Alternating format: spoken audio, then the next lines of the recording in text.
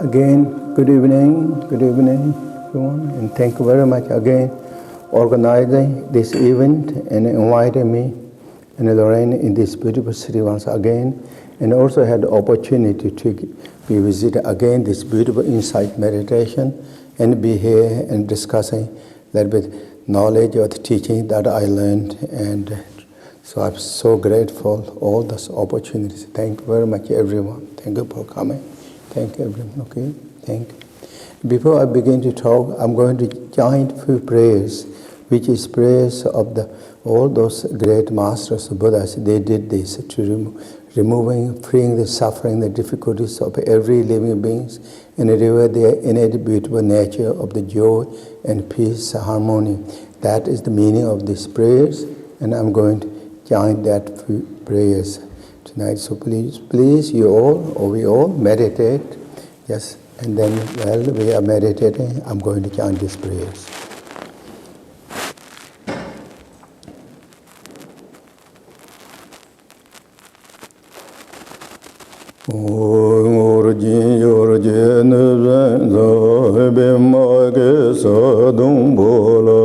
Yamzim yogen yelo jibze alame zenji lo jibze alame zenji elo.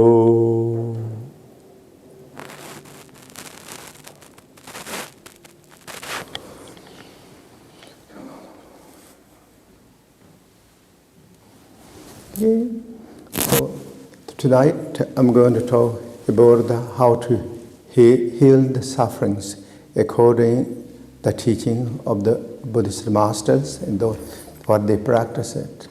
And to do this again, just to talk briefly about what is the sufferings generally. The sufferings.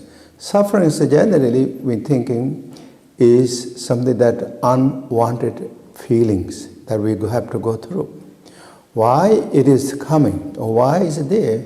According the teaching, or when we think of this, generally, suffering is very natural. It's nothing alien and nothing bad.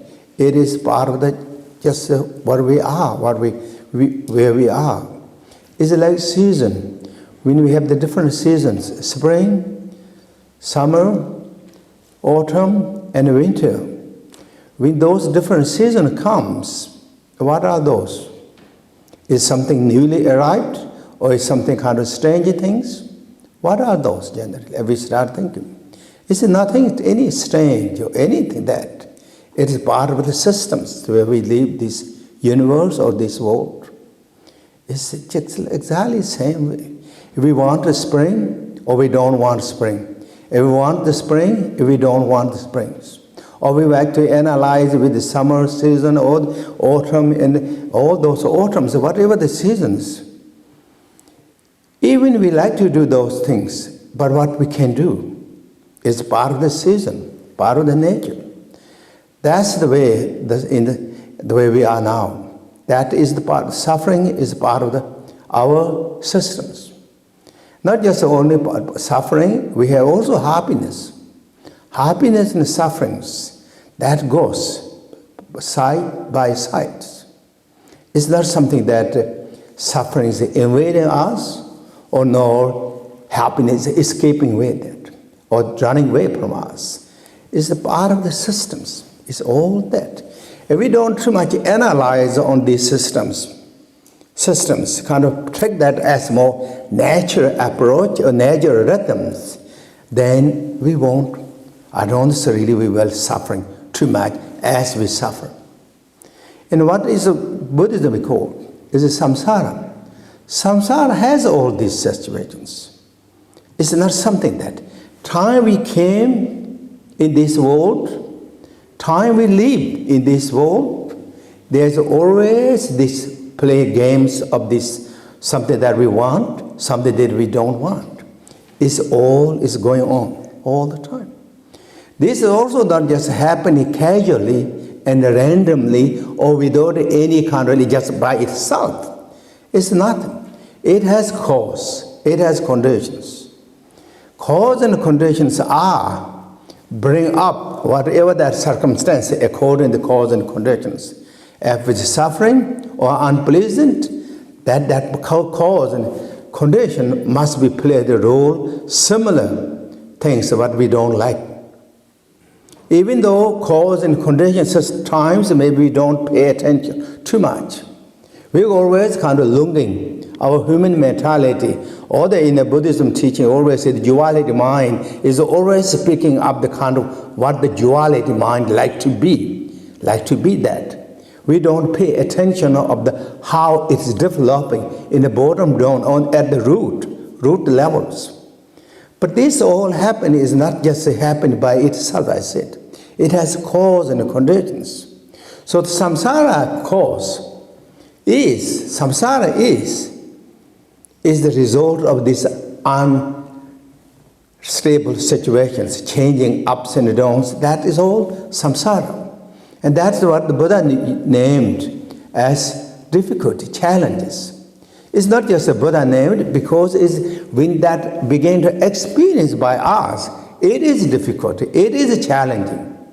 And for those reasons, in Buddha teachings named suffering truth. Why is Buddha named as suffering truth? Because it's truly experienced. Whether that is illusion or whether that is just whatever it is, we experience it, it is uncomfortable. It makes uncomfortable, suffering, and we experience that, and therefore it's called suffering truths.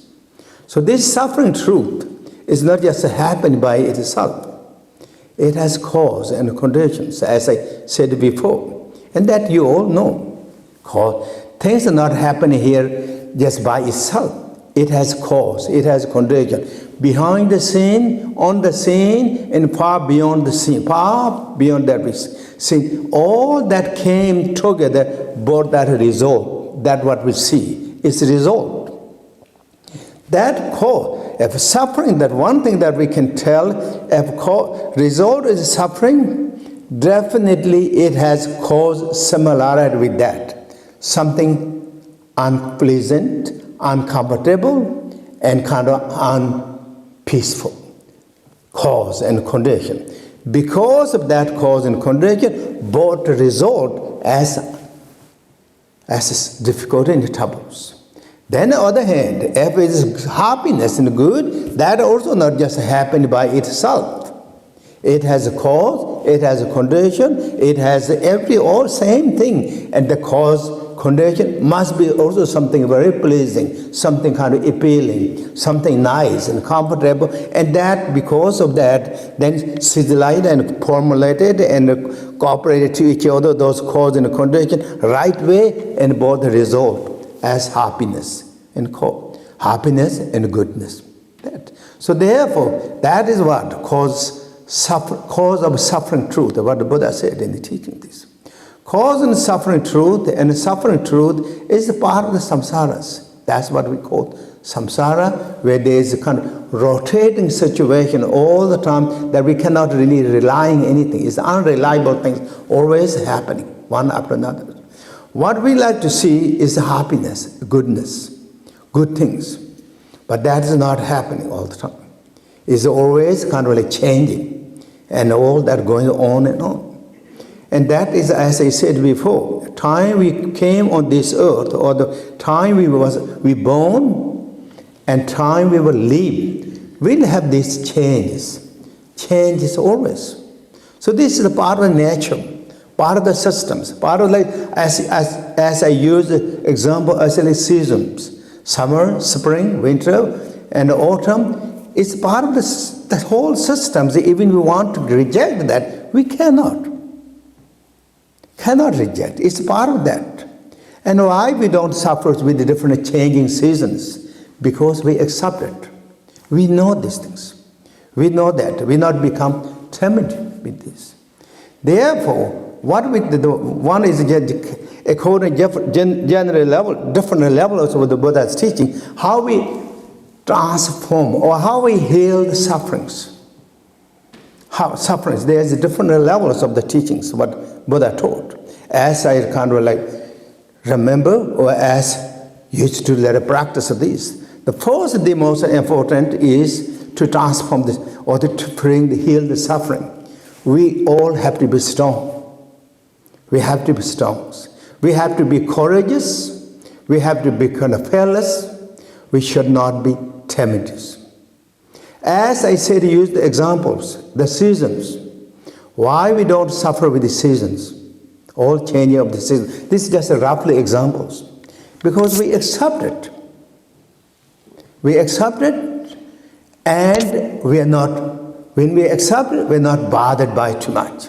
Even though season is changing, all time is changing. But suffering is something that we don't accept.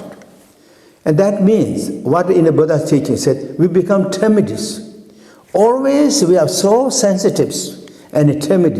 We won't be, always kind of have the fears that we get sufferings. We're going to get sufferings. We get more fears. More fear and more fears. What this fear does, it makes us timid. Then so sensitive. When you become the more sensitive and timid, then suffering or the situation becomes so powerful, so pressure, so tense. And then it just can kind of completely be trapped. So in order to first place, to really heal the sufferings, we have to be strong. That is the number one, the foundation. Foundation, fundamental. We have to be strong, courageous, and we have to be think more fearlessness. We have to be as what's called never mind attitudes. We have to open heart. Never mind. I'm going to go through this. I'm going to take care of this. It can not crush me. I'm not going to bother me. If you have that attitude, or not just you, if we have that attitude, that is what we call, generally in samsara or in world, the warriors. Challenge and difficulty comes when they take care of that something that very beautifully, and that challenge and difficulty not crush ourselves. Self, that is known as warriors. These warriorships, the bravery is a hidden quality of our nature. Our nature of the mind, according to Buddhism, is beautiful, brilliant, enlightened, peaceful status. It's fearless status.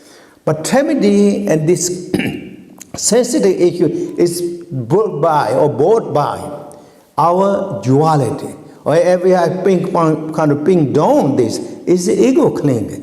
Ego, self-attachment, self-centered thoughts, always kind of very protected thought of our own self. And then, as much as we have that thought, we become always timid, sensitive.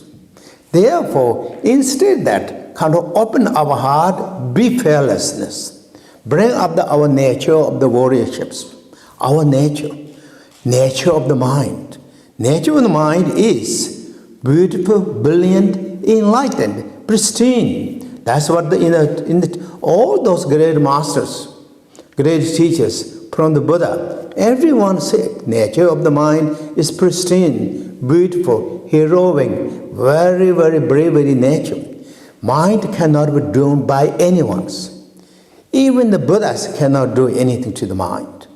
The Buddha is considered in the Buddhism the most powerful things that kind of accomplish everything, overcome everything, and Buddha is totally kind of freedom to every nature, kind of rule the nature as it is. But even that, Buddha cannot do anything to our mind.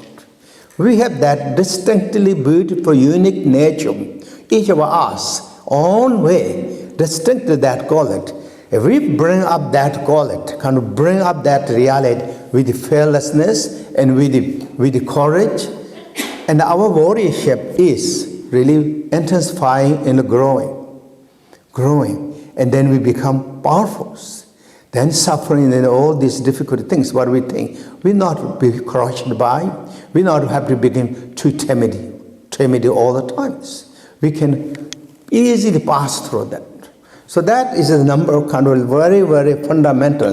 Have that attitude, have that strong in the Buddhism. You say that. If you have that thought, you can transcend the transcend or free the suffering, heal the suffering into the positives. Suffering is not all the time bad. Suffering is in a way message, in a test of our courage, our knowledge, our understanding, how we handle the skills, methods. That's, in other words, then also the other side, another way, look to the suffering is to cleansing our karmas, cleansing our negativities. It is, we are purifying that. So there is many beautiful aspects of the suffering. It's not suffering is always bad. When you look and read the life story of all those great masters, for example, Buddha Shakyamunis, and all the great masters, when you read this life story, when you look to that, their accomplishment brought by the beginning of suffering. Suffering ignited their realizations. Suffering ignited their courage and commitment and that warriorships. Then they become the great enlightened beings, Buddhas and Bodhisattvas. All that. Without that, without the suffering, Buddha won't become the Buddha according to Buddhism. Without the suffering, the difficulty, troubles, Bodhisattvas, the one who walks for all the living beings, not become the Bodhisattvas. So this suffering is not something bad. If you really turn the suffering for the right way, it is the most powerful things. There is no history. Happiness brought enlightenment at the beginning time. Happiness ignited the enlightened qualities. There is no. The suffering, the difficulty, the challenges brought this beautiful realization one after another. You read life story of such as Buddha Shakyamunis. Buddha was fully rich, youthful princess, athletic, beauty, skill, method, knowledge, every in luxuries, and everything is that he has the best in that time. But when seeing the suffering, the difficulties of the subject that has inspired him to become as Buddhas. And then all those great masters that when you read life stories, everyone is really become that great bodhisattva, great enlightened beings because of the difficulty and the sufferings, one after another.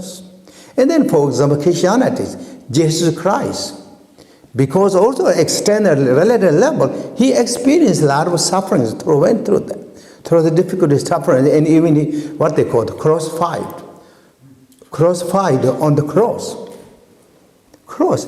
Because of that, it ignited, glorified him as the great beings and the savior of all the mankind. It's not just he's relaxing on the beach and enjoying, trying to get what they call suntans and become the Jesus Christ. I mean, who is that? Staying and enjoying the resort area, all those luxurious area, and then become that. There's no history. You look. All those great beings that what we cherish, what we honor, everyone went through those challenges, and they didn't crush it by that. And they really raise up them, their warriorships, their glories, their beauties, their dignity. Then not just them, that affected so many million beings throughout the generations. This is how all these sufferings, the difficulty, troubles, something unwanted things happened. That brought up that. So therefore,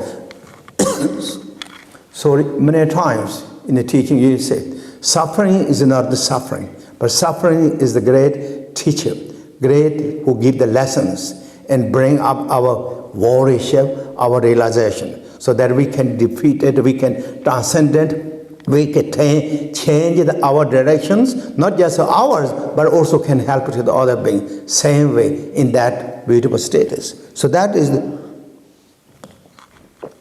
how this generally about the sufferings or these situations. Now I talk a little bit, that is generally in Buddha's teaching how this is. And now to talk about the generally, again, to kind of more how we deal with the sufferings, how we take care of the sufferings. There's many different teachings, the techniques I mentioned in the Buddha teachings. And this is, again, those are what Buddha said in the teaching said, through the power of the or substances, healing the suffering through the power of the substances, healing the sufferings through the mantras, healing the sufferings through the meditation, and healing the sufferings through the attitudes or understandings. So those are the different ways, again, to deal more closely with that warriorship, with that courage and confidence, fearlessness in accepting the situation, dealing this. So with that, and then to heal the sufferings. And first is substances. Second is like mantras, sacred sounds. And the third is concentration or the meditation. And the fourth is like attitudes, what we have to attitudes. And this is now, we talk about the substances. Substances, generally now, when we're thinking about the sufferings, suffering is, what is really actually, we're now looking to directly close to the sufferings.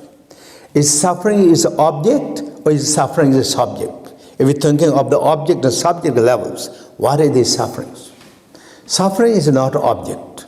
It's something is subject. And the subject, when we start thinking, according to Buddhism, what is called 5 aggregates. Form aggregates, feeling aggregates, conception aggregates, perception aggregates, and consciousness aggregates. So there is 5 aggregates.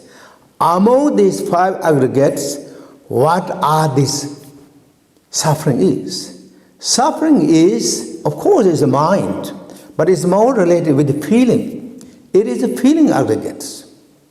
So that is what the feeling. What is this feeling is?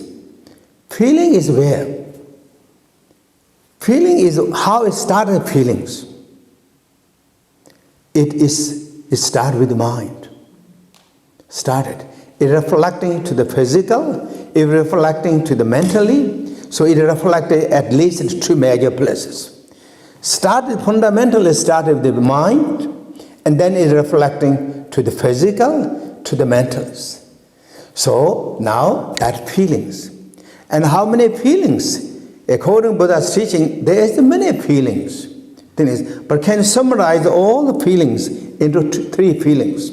Those are the wanted feelings, or pleasant feelings, unpleasant feelings, and the neutral feelings. So now suffering is what? Is unpleasant feelings.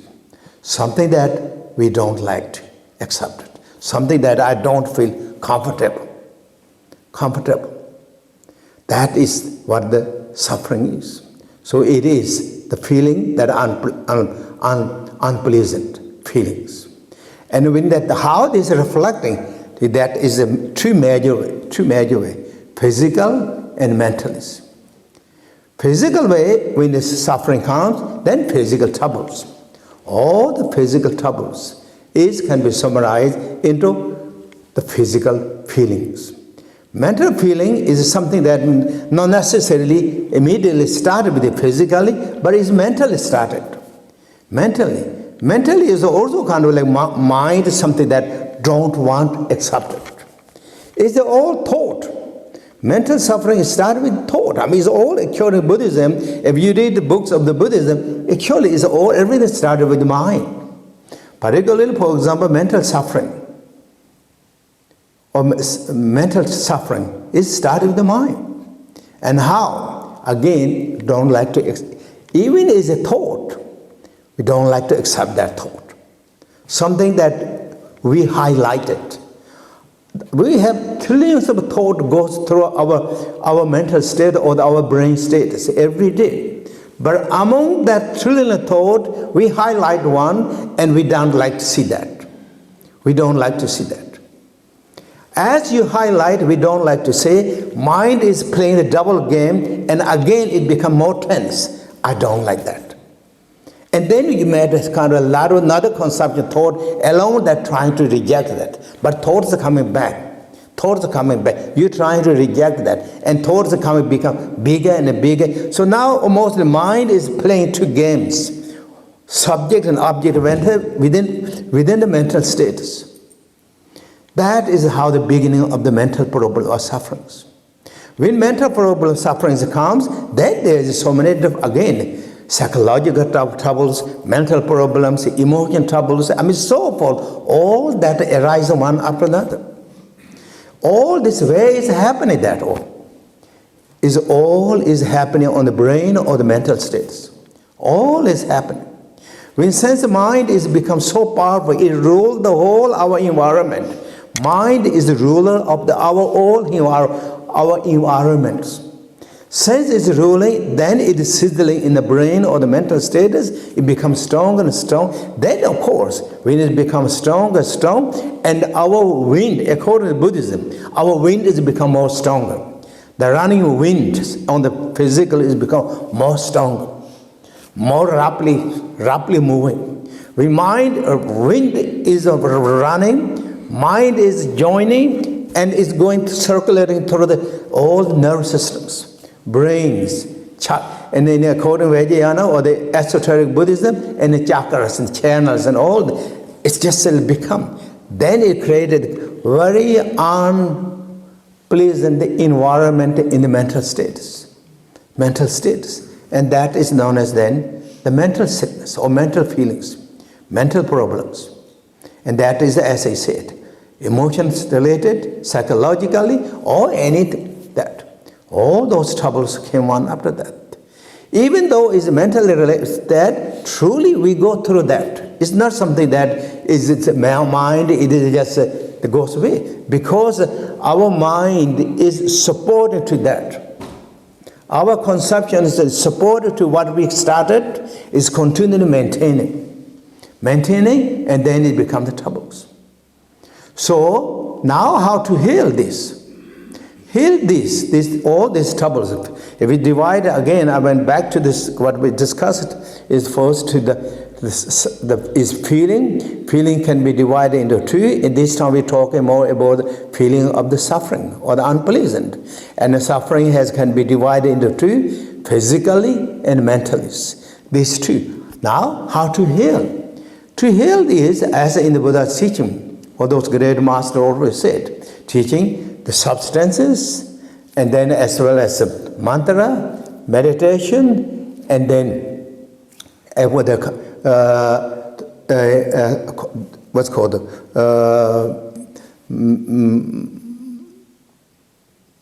substance, mantra, meditation, and then overall kind of a attitude or how we will take care of this. So those are the four things. So now when we have the trouble of this, if we're looking through the point of the substance levels, what means substance levels? Substance, according to Buddhism, is, for example, all the medicines, herbal medicines, as well as like modern scientifically developed medicines, whatever those are relatively substances, and our kind of like way eating good food or the healthy living standard, all those things are known as substances. So whatever, for example, to heal these things, difficulties, then go to kind of experts such as doctors. Doctors, they give the instructions. Whatever they say, whatever those experienced doctors say, according whatever you like to approach, and that will heal. It will help. So that is really known as then the helping through the substances, the different medicines, the different food, and then medicine could be herbal medicine or ancient those technology, ancient those by the Western mind developed or through the experience developed the medicines and use those herbal medicines and all those, anything that is related with the substances. If you take care accordingly that, and then together with that, when they give also the instructions that where you're living, where your activity, where your behaviors or our behaviors, right? You understand behaviors, so all the conduct, all these things is known as the substances. So use those techniques and apply that. Definitely, it will help that. So this is one of the techniques through the substances. And then through the mantras. Mantra is a secret sound, secret words, and there is many mantras again. And through the mantras, then you can also heal that. Not just only the mantra. According to Buddhism, mantra goes with meditation. Not just you're reciting, chanting something, but also with meditation, you're concentrating that. So as you meditate, reciting those sacred words, what it does, it deep down is really like clearing and touching to our mental status. Mantra and meditation both deals with the mind. And that's what called. Mantra is Sanskrit word. If we translated that into English, mantra means protector of the mind. One protector, or the secret sound that will protecting our emotion mind, or duality mind. That is what the mantra is. And so, reciting the mantra with the concentration, with the meditations. If you're reciting the mantra, that when you're reciting the mantra, immediately it really affects us to our system of all the chakras and channels. It is when you're reciting the mantra, it's not just only wobbling on the here, but it's all going, that sound systems are going all the way to our physical systems. So in the way, reciting mantra is like sound therapist. It's really going through everywhere and cleansing and transcendenting and then healing all those scars of the emotions or the feelings, that really healing completely that. And that is known as reciting the mantra. Practice it, through that will heal. And then through the meditations.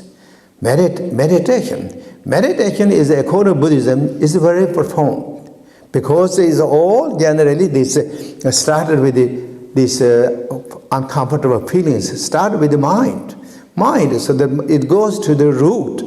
Meditation goes to the root, and when you're meditating, that it really cleans away that. And then also during the meditation, generally there is also quite two different ways. The first of all, that when you started this meditating, first also in the Buddha teaching said, this suffering is not just happening by itself, as we said before. It has cause and conditions. This cause and conditions is maybe something really connected with us, that ourself. In Buddhism, you all know, basically, we're not first time in this human world. This is not our first time we are here. We've been here or in the samsara so many lifetimes. That time, we also did similar activities. And that activity is known as then karmas. Karmas are not, of course, not bad. There is good karma, bad karma, and neutral karmas. But this suffering is related with something, according to Buddhism, is something that the action that which is not pleasing things at that time. And because of that shadow, what we started it, that shadow is affecting us now. So therefore, it's not just happening by itself. It is something that maybe has to do with our own action. So now I'm going to purify that. With that attitude, with that understanding, we do the meditation. And then who did that karma? Karma is no other than our mind. Fundamentally, it's our mind. And who is doing our meditation? It's our mind. So now mind is using the purifying what the mind did before. It's like homeopathic systems, using the antidote, the same thing, to remove that obstacles or that uncomfortable things. So using the mind power and then cleansing, healing the root of those suffering and the difficulties. So if you must know those meditation and use meditation. Meditating such as shamatha meditations, insight meditations. Both are important. Shamatha is very good because it will bring down our mind, more settling, more gentling, more stable status. Insight of meditation will bring the whole inner natures. It kind of opening the window. It brings the skylight to our mind, mental state. So we are totally, completely vast and infinite and freedom status. Relaxing on that nature status. In that nature, when you relax in that nature state, even there is no even the names of suffering, the difficulties are existing at all. It's all healed, all blended in, all transcendent, liberated within that nature status. And that is known as basically healing by the meditation of the sufferings. This. And then this. So that's it. So about the substances, about the mantras, about the meditations. That. And then meditation also sometimes there's like such as Dzogchen meditations. Sometimes said that time you're not looking, searching any of those kind of thinking, intellectual, anything that, but immediately when we see these difficulty sufferings, immediately that time look into direct to your own mind, without kind of going analyzing status, immediately look into your own mind. Who is experiencing suffering? Who is saying that it is suffering? When you ask that question and look to your mind, there's nothing really answers at all. There's nothing you find. And then you reach that, is the Dokti teaching or the Buddha teaching, you reach the highest state of nature, there's no more answers at all. You reach to the speechless status, relax in that nature status. It's all mental provocations, mental games. You relax in that. They freed out of that all and they relax on that nature status. It is then known as a healing the sufferings through the meditations levels. Then the fourth one is the attitudes. Attitude is when the suffering, the difficulty comes. What are we thinking? Now, most of the time, we kind of project the suffering, the difficulty comes somewhere outside to us. That's what we're really projecting that most of the time. And when this is happening or that happened before or there's an effect now, what happened to attitude? We have to keep the attitude of the positives, such as that of this happening, I'm not going to pay attention with this. I'm not going to pay attention with that. And at the same time, I'm going to excuse that. I'm going to forgive that. I'm going to not bother with that now. I'm going to let it go. That happening. I'm going to let it go. This case, I forgive this, or I excuse that. And when you have that mental attitude, that is positives. We're cleansing and purifying that. That, at the same time, is healing to us. You're really giving that. This is like one of the very special attitude, positive attitude, that we can forgive, we can excuse. And we accept that. That means you accept courageously, fearlessly, you accept that, and now you're not going to think of that all the time. Just let it go. You forgive it. You accept. And when you do this, what is called in Buddhism? It's bodhisattvas. That is bodhisattva. You're not chasing that shadow and let it go. You're going to stay in the now, and you're going to look into the future. Not going to bother by what happened in the past or what happening now. I'm going to look future. I forgive, I excuse, and I'm letting go this. If you have this thought, that is one of the very beautiful attitude that we really healing the suffering and the difficulties. Also, then another word, also difficulty, troubles when it comes. According again, another attitude that was the famous master known as Shanti Deva. He said in the teaching, this is one of the very famous. He said, when suffering, the difficulties happening to us, again, as he said before, it's not happening by itself. It has cause and condition. That so it's something because maybe we are connected to that. So now I'm cleansing, I'm purifying. I'm cleansing, I'm purifying, and I'm happy. I'm better, I have to deal these things. Sooner or later, I'm happy to deal now. I'm cleansing and purifying. I'm going to accept that. It's like same time when we're cleansing the chimney, or when we're cleansing septic systems.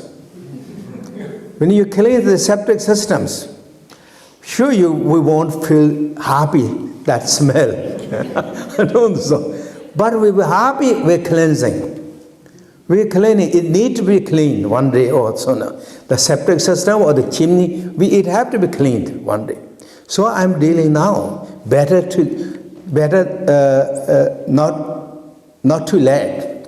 It's better now than too late. Let I'm cleansing. And therefore, I'm cleansing, I'm purifying, well, I have the capabilities, and with that attitude, and really let it go. Let it go. It's true, according to Buddha's teaching, this is not just happening by itself. It's not just coincidental. Suffering is difficult. It has many factors. From our side, from other side factors, but if we let it go, except it won't create more shadow, more difficult things. So therefore, then we cleared away that. So, and that is the reason. Then this attitudes, all is very special way to heal suffering and difficulties. And so that is generally kind of how healed, very kind of like brief explanation or talk about how to heal the sufferings. And then many times, as I said, suffering, as I said quite a few times already, that suffering is not really always bad. And the suffering, if you look to the other side of the suffering, it brought so many good results. It gives us strong, makes ourselves strong. It makes ourselves more kind of thoughtful to the others. It makes ourselves more humble and more humid, more respectful. It makes better knowledge to all the system of the world, how things are. And it gives then ourselves more hardy, strong, more compassionate mind, more soft heart mind. And this is what the suffering does. If everything is so good and all this, we won't have this kindness, the compassion, and thoughtful really things. It makes ourselves more humble, simple, more down to the earth. Suffering is not always bad. But of course, when it comes to the earth, then it's a little difficult, challenging. Those are different ways to understand it. We can overcome that, and then you use that suffering to grow to our natural realization, to deepen our qualities, to grow our beautiful quality of the fearlessness, love and kindness, compassion to the other beings, and truly then it makes ourselves a very beautiful beings in this world, the shining stars that really we can help to ourselves, help to our family, friend, and with that knowledge and understanding. So that's how the suffering is, and how suffering we can heal the suffering into something more positive, more beautiful, more beneficial way. And that is my brief talk about this evening. If you have some questions, and I'm happy to discuss. Thank you.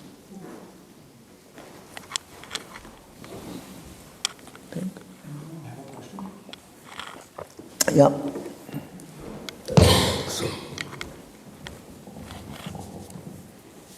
Thank you for that, all of that. Thank you.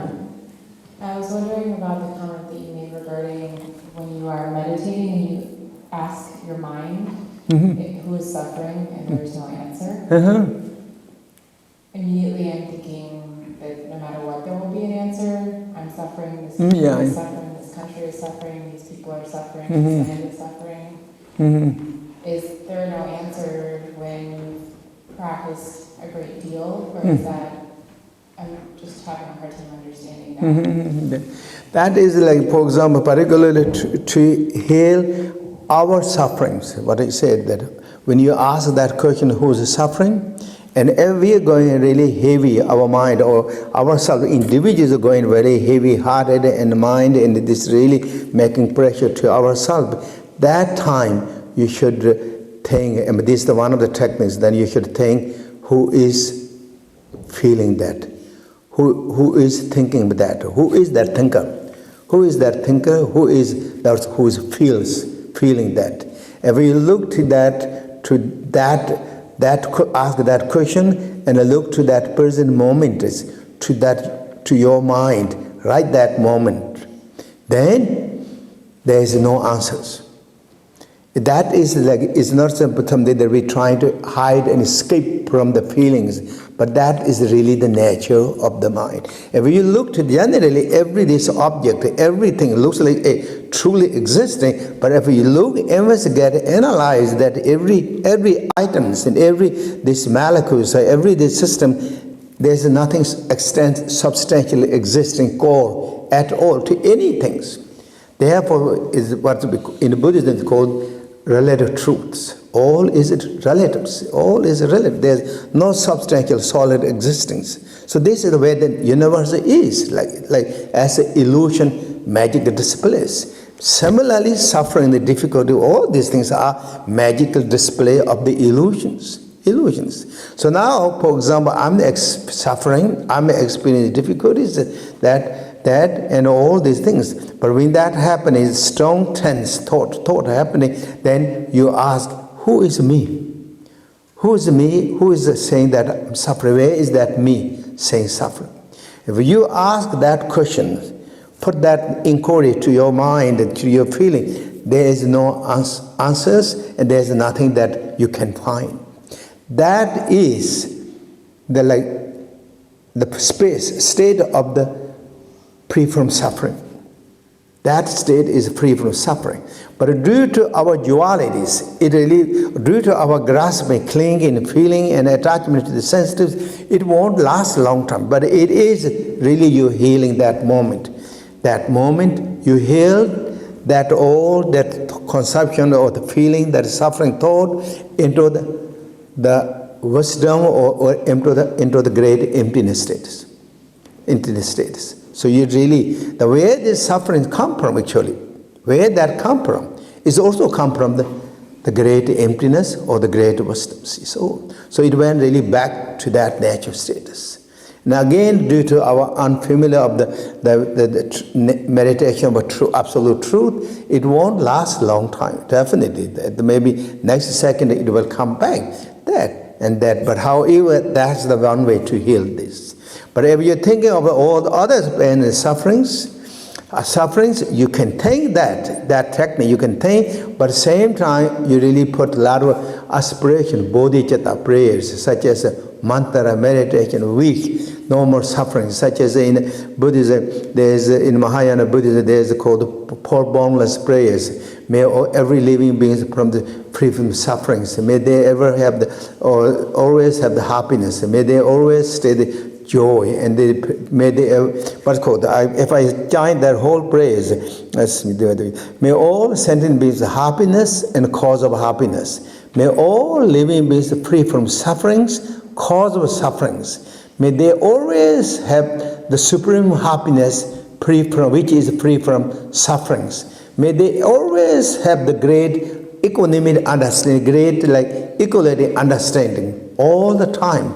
So really chant that kind of prayers, which every sentient being is free from all the suffering, the difficulty, sincerely thinking from the bottom of your heart, with such as the prisms of the Buddhas and Bodhisattvas or enlightened, chant that. That is you're really sending the great healing message, healing energies to whole world. Even though it looks like so small that I'm doing this, maybe it's not an effort, but according to Buddha teaching, that will have the ripple effect. Really, it will affect to all everywhere. It really will help. That's help. So it is very special, very good to do. Okay.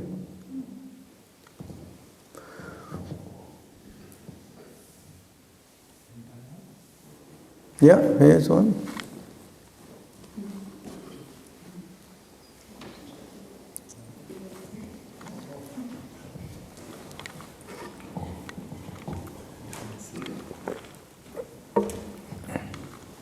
There's no I. Yeah. Does that mean there also is no suffering? That all suffering is an illusion? Yeah, that's true. It's true in the Buddha's teaching, or according to the true level, reality level, there is no I. And then what do you say? No suffering? Well, if there's no I, then there can be no suffering. There is no sufferings. Yeah. That's true. Then there is no sufferings. That's true. Therefore, have you ever read Heart Sutra?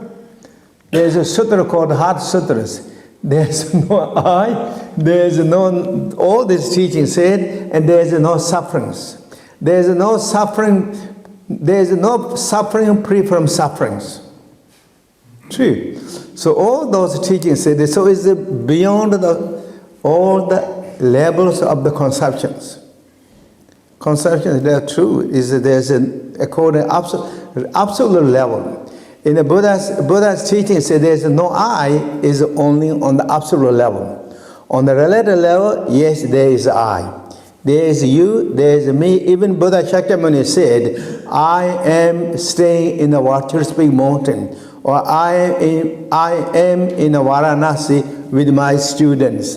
Buddha said, so in the relative level, truly there is I, but absolutely level, there is no I, as most of us think as thought.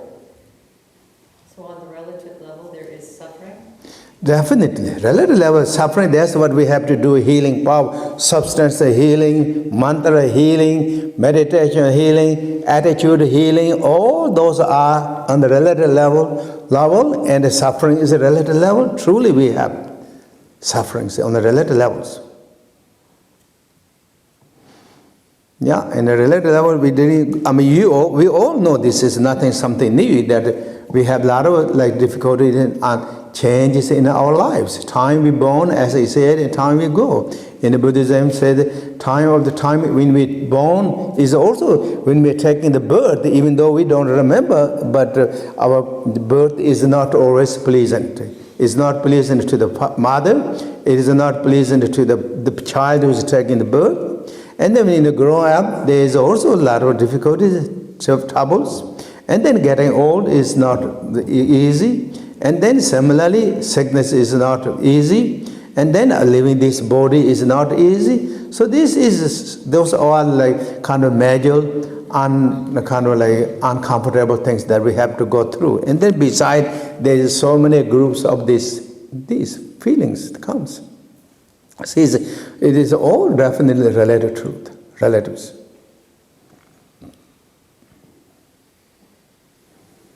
Okay.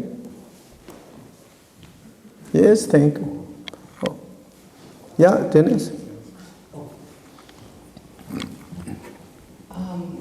It's funny. Just last night, I was thinking about you leaving Tibet and this incredible, what I would consider incredible suffering that you went through. And it's really hard to get your mind around. There's such a strong compulsion to want fewer things to go bad in my life, want less hardship. And then, then I think of you and it's like, oh, it's nothing compared to that. But still, I'm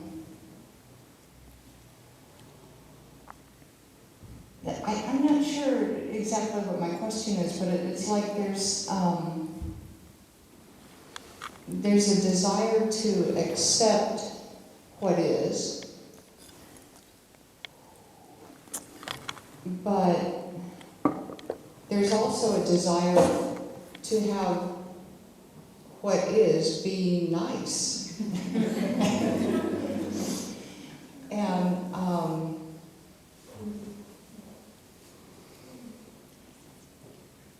I don't know, is it just a balance? Like, you're obviously, it makes sense to try and make things sort of nice,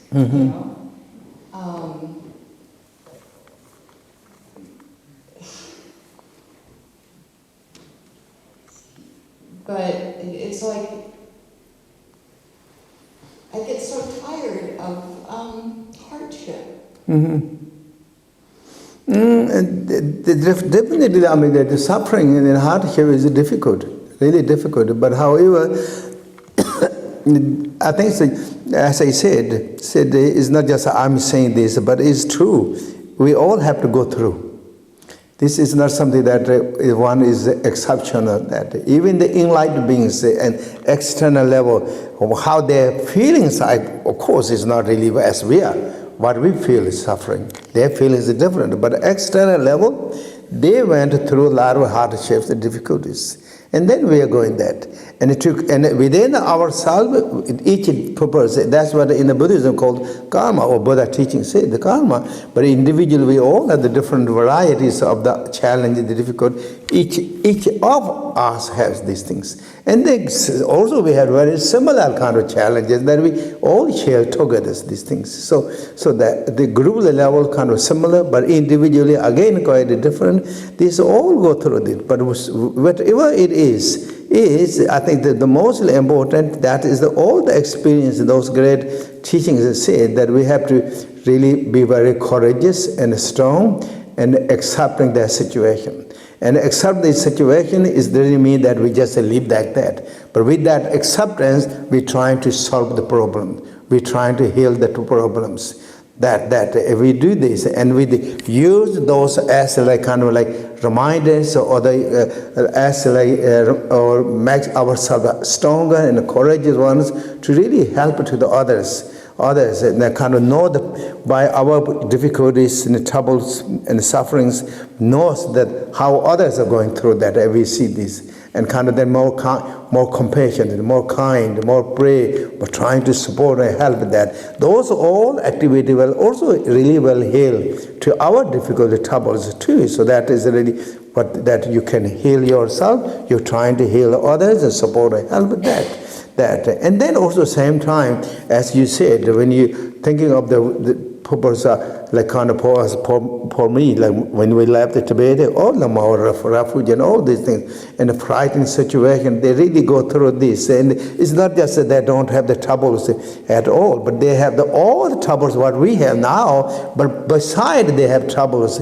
then losing their lives, they're losing their families immediately there, so they escaping from the really dangerous place, how they are frightened. And plus maybe they don't have the food, they don't have the clothes, wearing that. So they have more extra troubles and difficulties also really that. And seeing those things, they can more compassion, more kind, they do a lot of praise or whatever we can help, support in the according to our capabilities. Those are really known as then virtuous activity and the dharma activity, positive activity. It heals to ourselves karma and the difficulty, it then benefiting to the others. So those which is wonderful, really wonderful. At the same time, when we see those difficult troubles in other part of the world, all this, and when you look to us, then we also should have a lot of reason to feel happy and joy. How grateful, how beautiful, how nice, and it's just being grateful, gratitude, and all those things really is important. This is like many times that's what the sufferings are, reminding of our joy and our appreciations, our gratitude to see that. So all those reasons, the sufferings are not like bad as what many times we think that is. It has beautiful other qualities that really brings good things. Yeah, I think there's an aspect of maybe incorrectly assuming that it means I'm doing things wrong. Yeah. Mm-hmm. If I'm having troubles. And so do you think that what I'm hearing you say maybe is the key is to stop thinking about myself and let the suffering help me remember to develop compassion. Yeah, that's really true. Of course, it doesn't mean that you stop yourself thinking that. Definitely, you have to think how to solve the problem, your best capabilities, whatever the way to really make that more comfortable, more easy, and that definitely we need. But same time, we should really also take that examples and then trying to also as much as you can help to the other beings. According in the Buddha's teaching, or the great master Shantideva was one of the teachings, thinking of our sufferings, and that kind of combined that with bodhicitta. So my suffering becomes the may substitute the suffering of all the sentient beings, every living being, not experience any sufferings because my this difficulty troubles. And when you have that courage and confidence, commitment, and that is really again another big way to develop your courage, your confidence, fearlessness, and at the same time is a great bodhisattva activities. There's so many stories that Buddha gave his own lives to benefit to the other beings. Even we couldn't do that stage like as that, but at least our current situation, circumstances, what we're going through that difficult, kind of use that and make this become substitute of everyone's difficulty, sufferings. So there never been any. No one is suffered like what I'm that my suffering become the substitute of others. And so is there, in the future or something, a time when there won't be suffering? According to Buddha's teaching, when you become Buddha, then there's no more sufferings. And there's no more Sufferings. Even if things happen, even if something hurts you, it's just that then the attitude doesn't allow. That's true. When you reach enlightenment, that means when you realize the true nature, absolute truth as it is, when you realize it, then even though it looks like suffering, but it's not really suffering. Even this is just let's say example, when you're dreaming now, when you're dreaming in the nightmare, if you recognize that nightmare is nightmare, it's a dream, it's not just really happening. So then you won't have the pressure of the nightmare. Rather it become like playful. So that's this. So this is all that when we when we get a realization of the absolute truth exactly as it is, this is all display. Is all play shows. Even though there's ups and downs, different things, but our mind had to understand what it is. So it is like playful. It's just like nothing really absolute level happening. But for us, this moment when these things happen is really truly happening. Happening is so solid, it's so strong, so truth, and then it's crashing. The reality level, whether you have the realization or not realizing, reality level is like all magic shows. All magic. Magic? Yeah, all is magic, all is like a display. Okay. Yes, thank you. Yeah. Thank you, Khenpo. Thank you. I appreciate you coming back to Portland. Thank you. I have a question that has to do with people who have spent much time and years in war zones. Say that again. People who have spent years in a war zone and then come back and practice and meditation, purification, vajrasattva, and correct attitude, and do quite well, Tonglen, and also may my suffering be of all beings who are suffering the same at this very moment, but yet, and can keep pretty a present state, except for when something happens in the environment which immediately transports the body back to that state of the war zone, whereas the body is just gone with the reaction of a prior experience in the past. Even to the point where your mind, you can know that that's what's happening. You're having a flashback, and you can go to mantra or various Tonglen practices or breathing, even just trying to bring yourself back. But the body has responded so strongly that it's very hard to do that. Do you have any recommendations, or it almost seems like at that point the body is separate from the mind?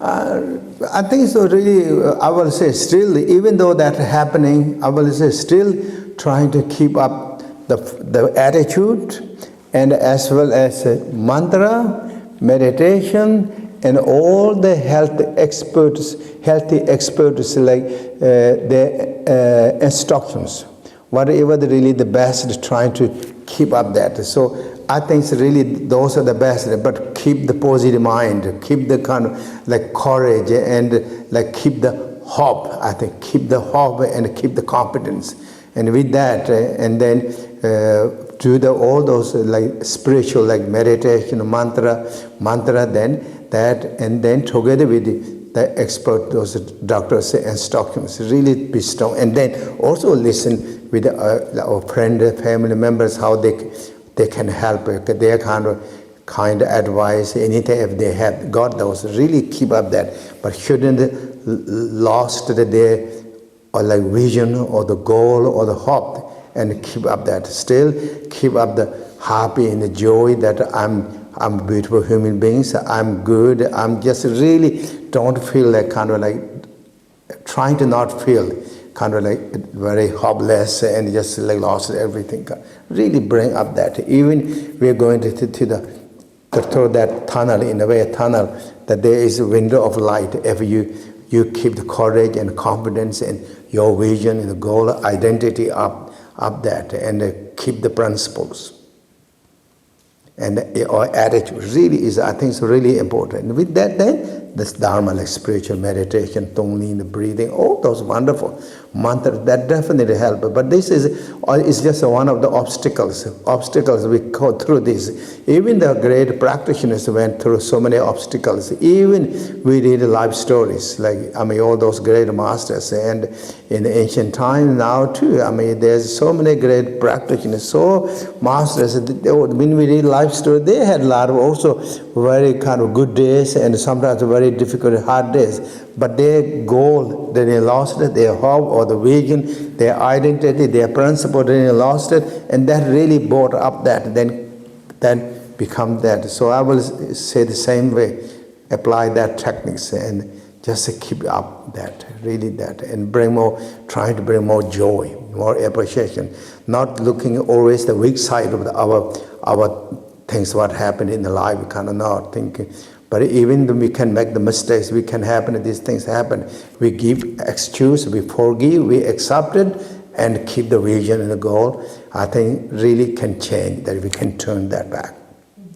Yeah, the forgiveness and the acceptance is a big part, and I know the neuroscientists are saying now that mantra is one of the best things that can be done.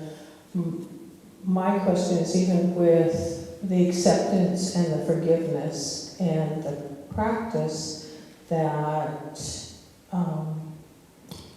it seems like the body sort of separates from the mind at that point. Yeah. That could be, sometimes that could happen at that, but definitely if we keep the vision, if we give the call, keep the goal, vision and identity, and still kind of like keep the looking upward, really not just down, looking upward, kind of held, what's called heads held high, and be strong, and keep doing the things that what you need to be good to do, what as doctor says, really that I think really we can change that. And that, but however, we should also, all these past things, whatever happened in things, we have to accept that. We have to accept it in a general level, individual level, and very personal level, we have to accept. And we have to accept, and at the same time, let it go. Let it go. There's many times those things are not holding back, past our memories, past this and that things we hold back, that then it just become the past, we're chasing still past. Now, is that maybe happened many years ago, many months ago, long time ago it happened, and still is bring back that kind of shadows our destination, our direction. I think really that. So let it go, give the forgiveness and excuse, and let it go, and then do the purification practice of the Vajrasattvas, and that, it's wonderful. All that, I think really can change that. that. And just whatever that is also, we're not to kind of like hesitating status, and just whatever the situation comes, I'm happy. And there's this one great master known as in the Tibet, Tomi Zongko. He joined in his prayer or his song. Said he got sick that he said, if I'm sick, I'm happy. I'm cleansing, purifying my karmas. If I'm not sick, I'm happy. I can do a lot of good things to benefit to the others. So whatever it is good for me. That's what really he said in the teaching that. And then there's a great master, Lungkimpa. He's one of the, again, great masters. He said similar things. If I'm dying, I'm happy. Happy, that is the journey of the Dharmakaya, or journey to the Dharmakaya. If I'm alive, I'm happy. I can do a lot of continue to do good things, good activities. Is like Nirmakaya status. Nirmakaya can perform a lot of beneficial activities. So whatever the situation comes, I'm happy. And whoever making me trouble, I'm very thankful, because they're the one who really pushed me to this status. That's what I got this result, that statement. So I'm thankful for all those obstacles and those men who made trouble to me. I'm thankful to that. And also he said, this is truly, really, I mean, when we think this, really, what the achievement, what the result, what this great master got, truly that's what, because that situation really brought all that things. So then they become such an open mind and freedom mind. They're not caught in the hop and fear like this, just open. What you just said brought me back to the songs of Khenpo Sutra, which I have, yes, that are very dear. Oh, that's wonderful, wonderful. Thank you. Thank you, okay.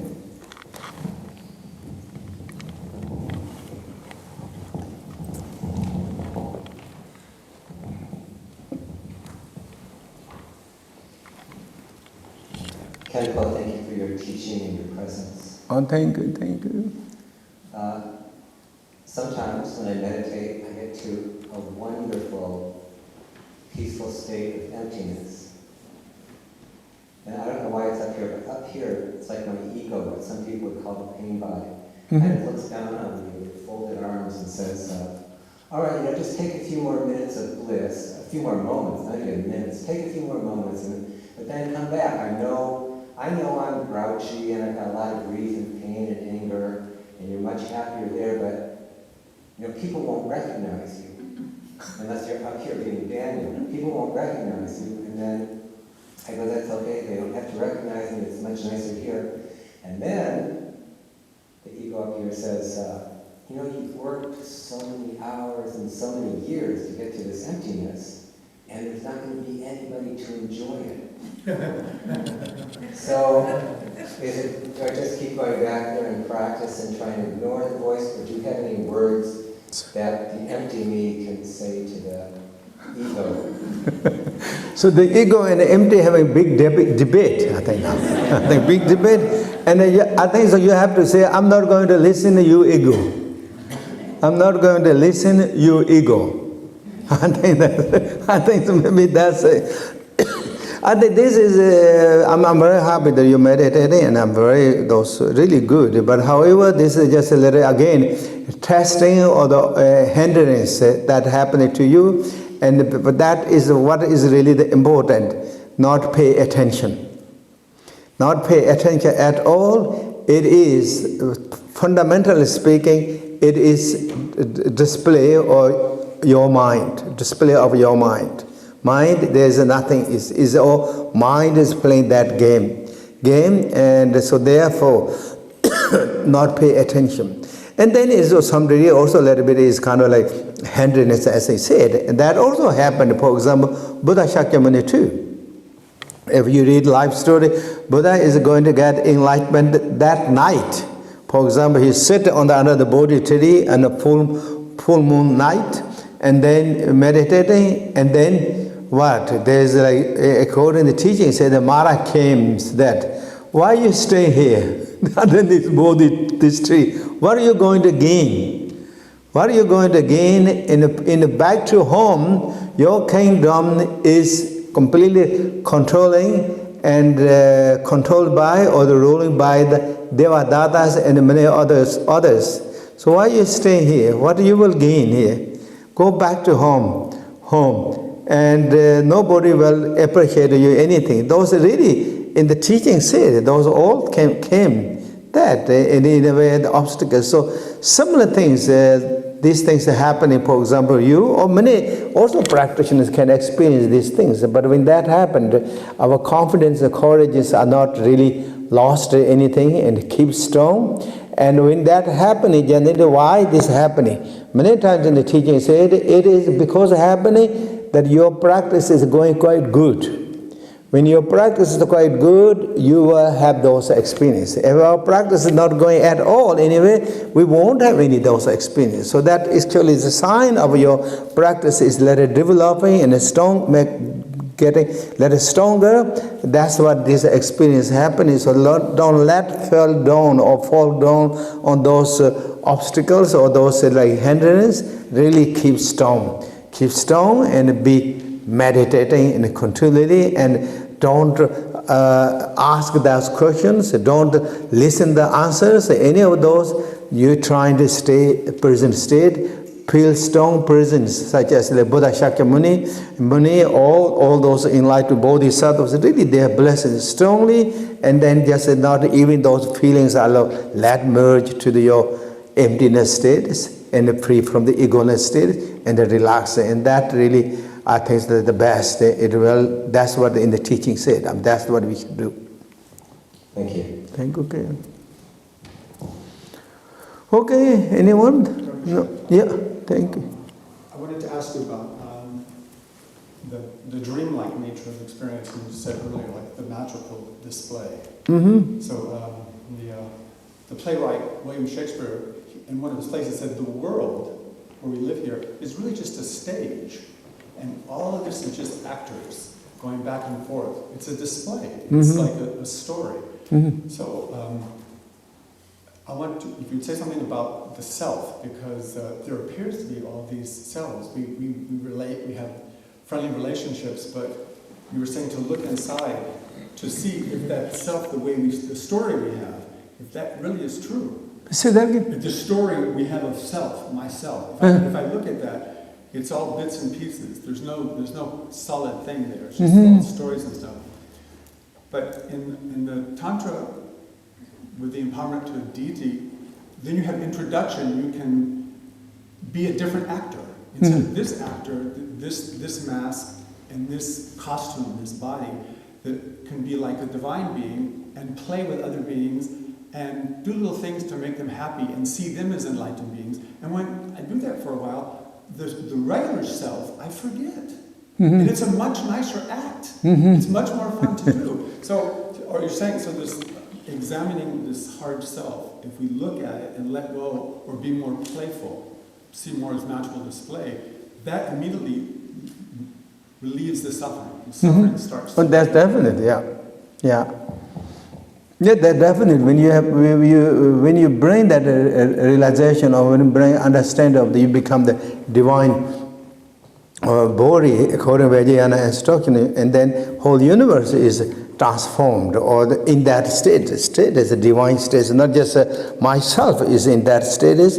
That whole everything is in that divine status. So that when we have that realization, when we keep that mental state of meditation, then definitely it changed. Or there's nothing any uncomfortable or anything. It's all is like playful nature status. Really, truly, that is like definitely big transformation. That is immediately transforming suffering into the great divine mandala, or the samsara is immediately transforming in the divine or the Buddha mandalas, and that is also according to Vajrayana teaching. Is not just we're playing games that we are kind of like trying to be pretending that.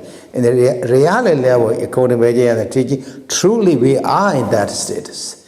This is like delusion of ours. It's not really. This is what we are now. Is not really. According to Vajrayana teaching, that divine mandala is the real.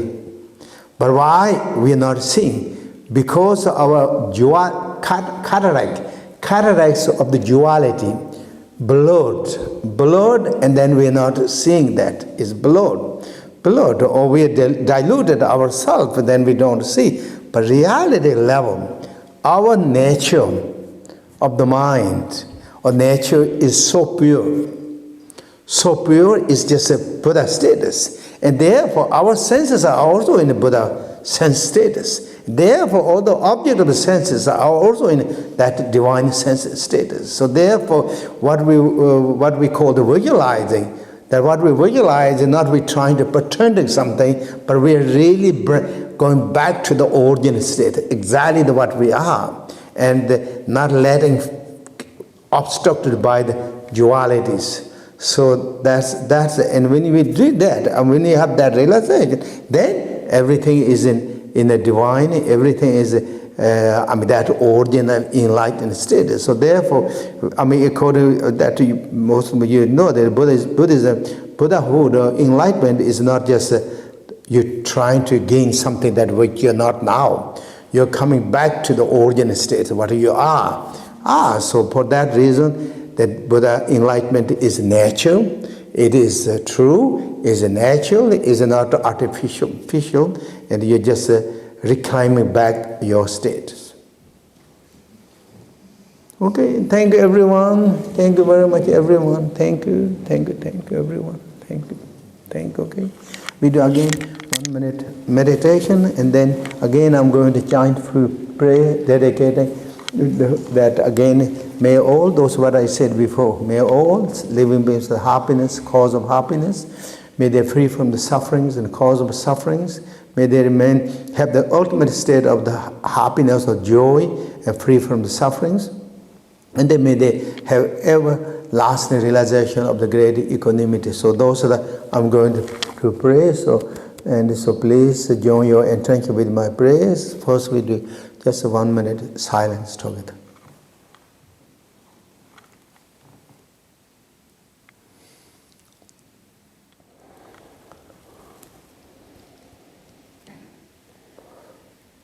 Sonam de Adam de Zupani, Tumne, ni Pedana, Pamsi, Jigana, Jebalum, Toyana, Mundara Desa, Gele,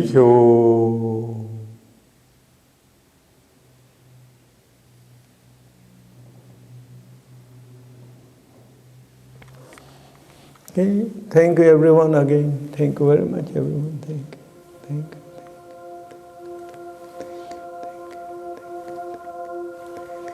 you. Thank you so much. Thank you. Have a good evening. Thank you very much, everyone.